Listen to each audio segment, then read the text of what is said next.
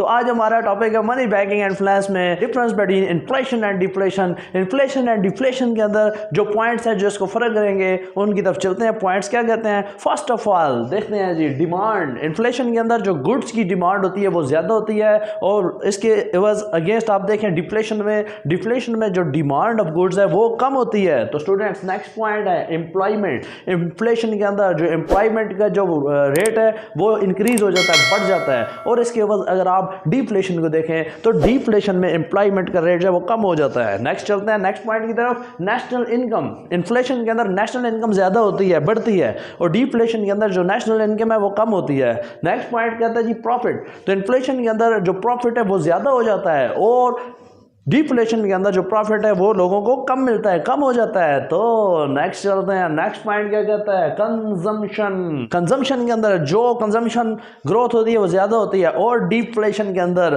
Consumption growth कम होती है। तो स्टूडेंट मनी इनकम इन्फ्लेशन के अंदर ज्यादा होती है और डिफ्लेशन के अंदर कम होती है।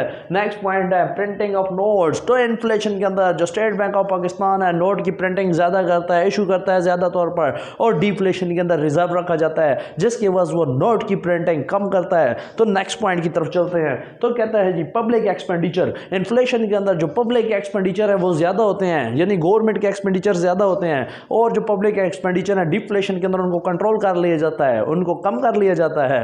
तो आगे बात करेंगे नेक्स्ट की तरफ, इन्वेस्टमेंट। तो इन्फ्लेशन के अंदर इन्वेस्टमेंट लोग कम करते हैं और डिफ्लेशन के अंदर लोग इन्वेस्टमेंट ज्यादा करते हैं। तो अगला पॉइंट है प्राइस लेवल। इन्फ्लेशन के अंदर जो प्रोडक्ट का प्राइस लेवल है वो ज्यादा हो जाता है और डिफ्लेशन के अंदर जो प्राइस लेवल है वो कम कर दिया जाता है। तो बात करेंगे ना नेक्स्ट अगले पॉइंट पे, इवल जो होता है इन्फ्लेशन के अंदर कम होता है और डिफ्लेशन के अंदर ज्यादा होता है।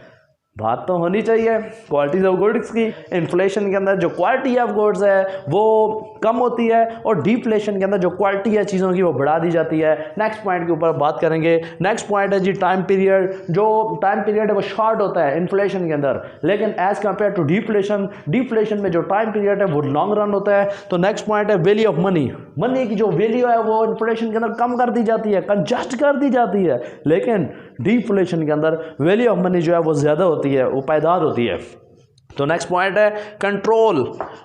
इन्फ्लेशन के अंदर जो कंट्रोल है वो इजी होता है, लेकिन डिफ्लेशन के अंदर जो कंट्रोल है वो डिफिकल्ट होता है, मुश्किल होता है कंट्रोल करना उसको।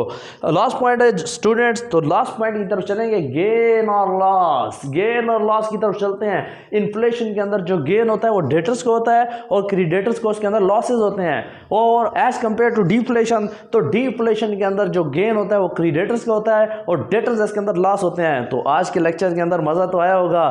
तो ऐसे लेक्चर्स खूबसूरत और बेहतरीन किस्म के एंटरटेनिंग लेक्चर सुनते रहें और हमारे साथ इन टच रहें। हमारे चैनल को सब्सक्राइब करें और बेल बटन के ऊपर पुश करें ताकि आपको नॉलेज के साथ एंटरटेनमेंट भी मिलती रहे और आपका काम भी होता रहे। मिलते हैं नेक्स्ट लेक्चर में, तब तक के लिए इजाजत। अस्सलाम वालेकुम।